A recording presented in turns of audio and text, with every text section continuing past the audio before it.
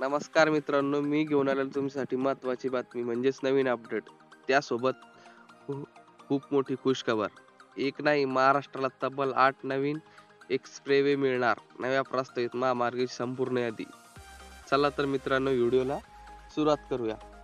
कोणकोणत्या जिल्ह्यातून आणि कोणकोणत्या गावातून जाणार आहेत हे पण बघूया मित्रांनो व्हिडिओ. महाराष्ट्र एक्सप्रेस. गेल्या काही वर्षांमध्ये महाराष्ट्रात हजारो किलोमीटर लांबीचे रस्ते विकासाचे प्रकल्प पूर्ण झाले आहेत.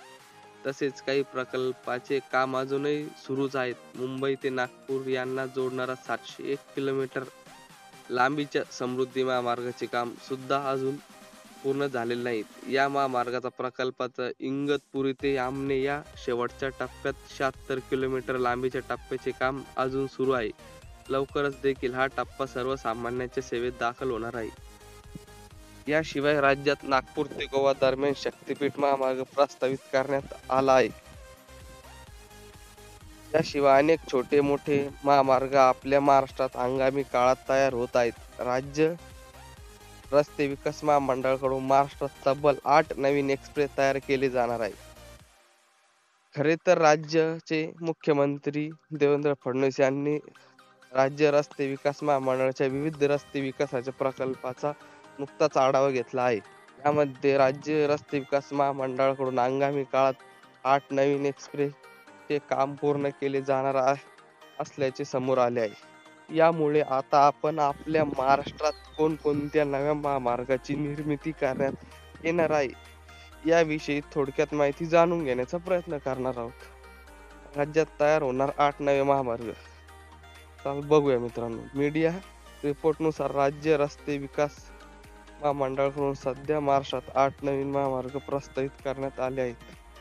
नागपूर ते गोवा शक्तीपीठ महामार्ग, मल्टी मॉडेल कॉरिडॉर, नागपूर ते गोंदिया एक्सप्रेसवे, नागपूर ते चंद्रपूर एक्सप्रेसवे, भंडारा ते गडचिरोली एक्सप्रेसवे, वाढवण नाशिक एक्सप्रेसवे, मुंबई ते पुणे एक्सप्रेसवेचा विस्तार तसेच भिवंडी ते कल्याण दरम्यानचा उन्नत मार्ग अनेक प्रकल्प सध्या प्रस्तावित आहेत. दरम्यान राज्य रस्ते विकास महामंडळाकडून जे रस्ते विकासाचे प्रकल्प प्रस्तावित आहे त्यांना गती मिळाली आहे. यासाठी देवेंद्र फडणवीस यांनी महत्त्वाचे निष्कर्ष दिलेले आहेत. मुख्यमंत्री देवेंद्र फडणवीस यांनी राज्य रस्ते विकास महामंडळाच्या संबंधित रस्ते विकासाच्या प्रकल्पांना आवश्यक निधीची तात्काळ उभारणी करण्यात यावी, हे पूर्ण करण्यासाठी पुढाकार घेण्याचा यावा अशा सूचना दिल्या आहेत. फडणवीस यांनी सांगितल्याप्रमाणे हे प्रकल्प पूर्ण करण्यासाठी जवळपास 1 लाख कोटी रुपयाचा खर्च होणार आहे. मात्र असे असेल तर कोणताही प्रकल्प मागे ठेवू नका, सर्व प्रकल्प पूर्ण करा अशी सूचना फडणवीस यांनी दिली आहे. सर्व प्रकल्प हाती घ्यायचे असेल तर शक्तीपीठ महामार्गाच्या प्रकल्पाला देखील गती द्या अशा सूचना राज्य रस्ते विकास महामंडळाच्या फडणवीस यांच्याकडून देण्यात आल्या आहेत. यामुळे आगामी काळात महाराष्ट्रातील विविध भागामध्ये नवनव्या मार्गाच्या उभारण्याला सुरुवात होणार असे दिसले आहे. तर धन्यवाद मित्रांनो. अशाच नवनवीन महामार्गाच्या व्हिडिओसाठी आपल्या चॅनलला सबस्क्राईब करा.